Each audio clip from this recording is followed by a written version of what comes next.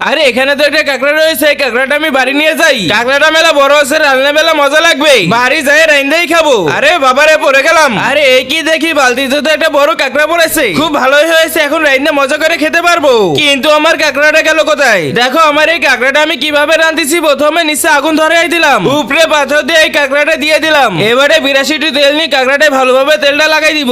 এই তো আমার পেরে কাঁকড়া রান্না হয়ে যাবে। তার আগে এখান থেকে কয়টা পাতা এই কাঁকড়ার উপরে দিয়ে দিলাম।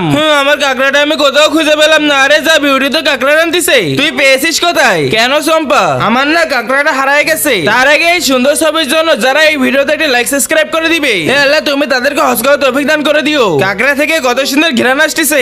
আচ্ছা তুই যে টেবিলে পারে বই, আমি তোরে কাঁকড়া খেতে দিব। ঠিক আছে, দিলে হবে এনে। ঠিক আছে, তার আগে আমি একটু খেয়ে দেখি কাঁকড়াটা সেদ্ধ হয়েছে নাকি। এখান থেকে এই বড় পাটা ভেঙে খাওয়া শুরু করি। কাঁকড়াটা বেশি একটা সেদ্ধ হয় না। কি মজা করে খাচ্ছে, আমার একটু দাও না, আমিও খাবো।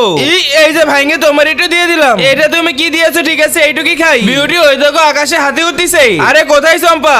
এই তো এবারে এটা নিয়ে বলাই, তোমরা কমেন্টে এই ইমোজিটা দিয়ে যাও।